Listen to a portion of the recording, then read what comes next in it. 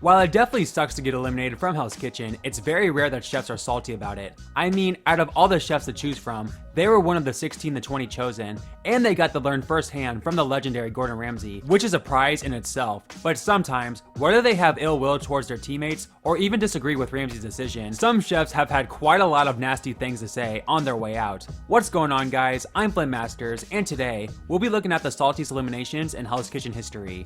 And remember, these are eliminations, not rage quits, as that is a different situation. Before we begin, if you love Hell's Kitchen and want to see more fun HK content like this, then please be sure to smash that like and subscribe button to support the channel. And with that said, get some fries, cause things are about to get salty. Bloody hell, here I go again.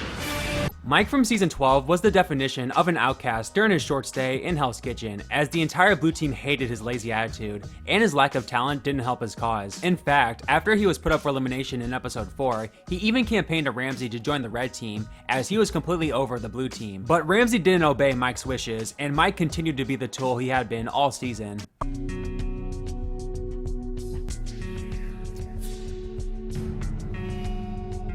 I definitely feel like I was the fall guy.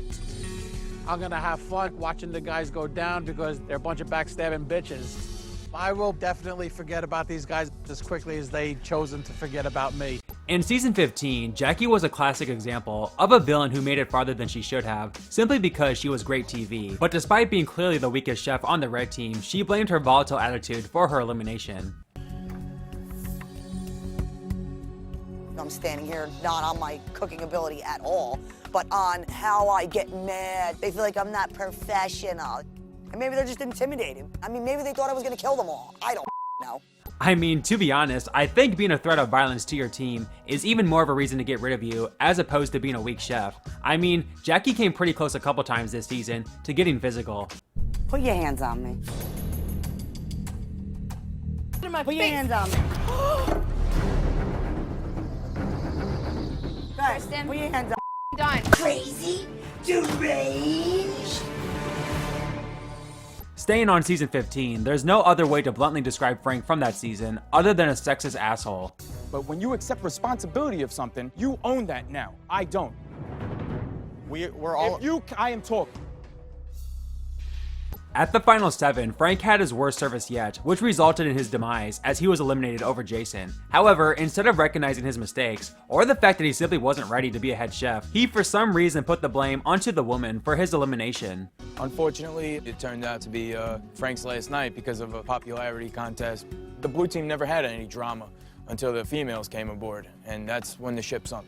And that's exactly why I get female Marines and I send them back wherever they came from. Fun fact, in a literal sense, Frank was relieved of his duties in the Marines due to his comments this season. Good frickin' riddance. On the topic of sexist douchebag with military experience, the very next season, Matt's arrived on our screens. Seriously, what in the world happened with casting in seasons 15 and 16? Talk about casting archetypes in the absolute worst of ways. But anyway, despite his ignorance towards women and being extremely unlikable in general, Matt is a military man. You would think he would respect the decision of Chef Ramsay, right? Chef Ramsay is an asshole.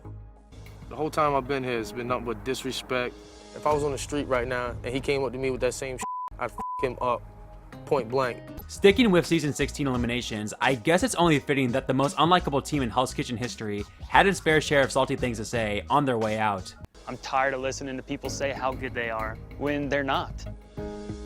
You, Paulie, you little ingrate piece of Napoleon complex mother. It is disgusting that my team let me go down. All of these people here say they're these all high-class chefs. They suck. And for me to be standing here right now, I want to rip out the beautiful hair in my head. When it comes to forgotten bad chefs, I think Nicole from season 12 ranks right up there, as she had a terrible signature dish, showed essentially no passion, proved right away she didn't have the voice to be a leader, and was a key reason why the entire red team got kicked out in the first 2 services. Despite this, she somehow avoided nomination in episode 2, but Ramsay wasn't having any of that, and eliminated her over the other 4 nominees. Good night. Yeah, good night, asshole. I'm not gonna cry like a little bitch. I don't give 2 flying what he thinks and what he says. He can kiss my big fat ass. Bye, Chef Ramsay. Well, on the bright side, at least Nicole finally showed some passion for the first time all season. While Dan Ryan's personality from season 11 wasn't exactly sunshine and rainbows, he's far from the worst person to ever be on the show. But due to his whiny attitude combined with his lack of work ethic, this made him a complete outcast on the blue team, to the point where they even nominated him despite having a great service. But at the final 14, Dan's amount of mistakes finally caught up to him, and Dan had a lot to say about his teammates on his way out. Barrett, you are a weapons-grade douchebag. Zach, you're two-faced. Michael, you are STOOPID stupid. My message to the blue team is shove it up your ass.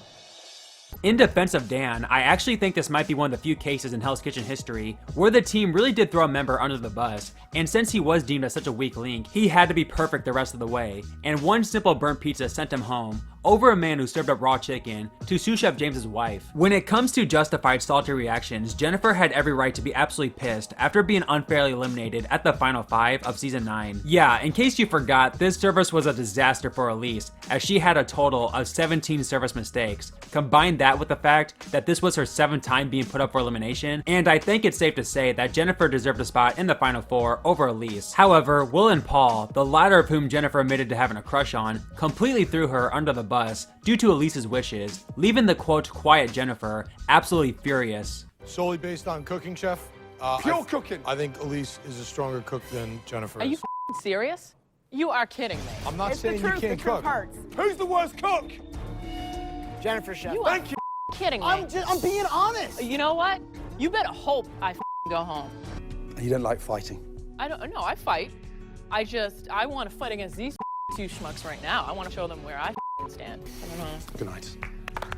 Keep your head up, Jennifer. You. I guess you don't like me anymore. I figured we saved the best 2 for last, but to be fair, this next one isn't a salty elimination, it's a salty finale lost, making the salt even more tasty. Russell Cook is regarded as one of the most despised chefs to ever enter Hell's Kitchen due to his bullying type behavior, but what sucks is that due to the lack of talent on season 8, he was a clear frontrunner to win the season. And when his only real threat in Julian was eliminated at the final 3, it looked like the horrifying scenario of Russell winning might become a reality, as Nona had been extremely inconsistent all season. Thankfully, Russell had a horrendous final dinner service performance, giving Nona a fighting chance. Oh god, Ramsey, please don't let Russ Hole win.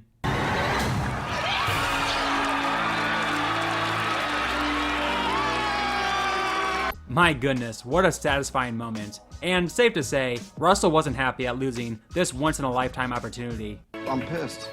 I'm not happy at all. I chose the team that I wanted, and I thought they would help me win, and in fact, they helped me lose. So, thanks a lot, guys.